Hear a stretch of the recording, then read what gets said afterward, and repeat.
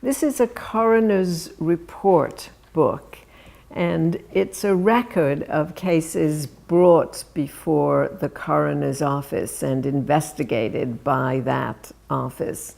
And every once in a while one comes up with a gem which you might say is mind-blowing. Right. For example, take a look at this one, which is the record of a mulatto woman named, it's this one, sorry.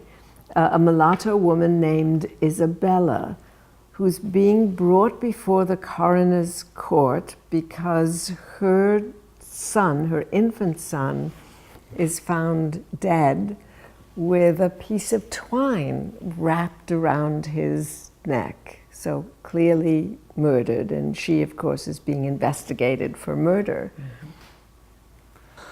Right. Well, here is a heart-rending document from the 1740s in New York City. The coroner's court would have been brought together every time there was an unexplained death in the city or a suspicious death. And in this document, which covers about 10 years from about 1740 to 1750, there are roughly 80 or so cases, and several of them involve women, several of them involve women of color. And this is one of the most dramatic ones.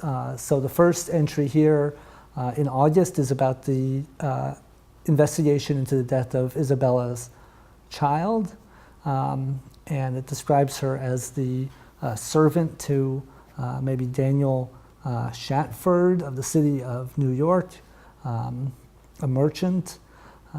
And so she is indeed found guilty of committing this crime and is sentenced to the city jail.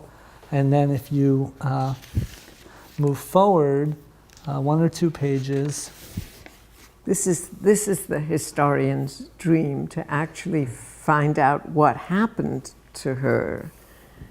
So here are a few pages on, you see Isabella herself.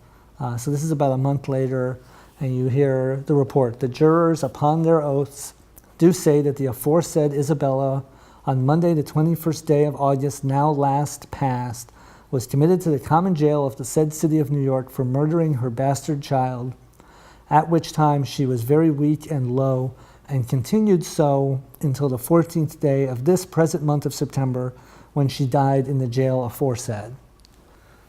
So 2 weeks after she's committed to jail, she's found dead.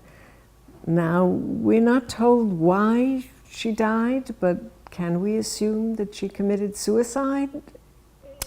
Well, we can certainly surmise it. It's possible just this description of her as being low and sad could have been a cause of death.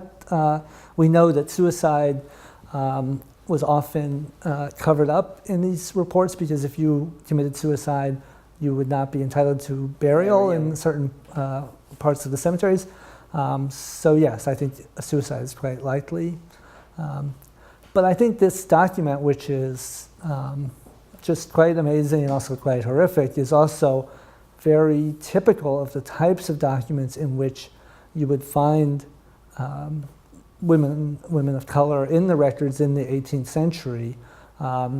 Isabella finds herself in the historical record twice in these 2 pages in this document, and almost certainly nowhere else. And Isabella, she's described to us as a mulatto. She's a house servant.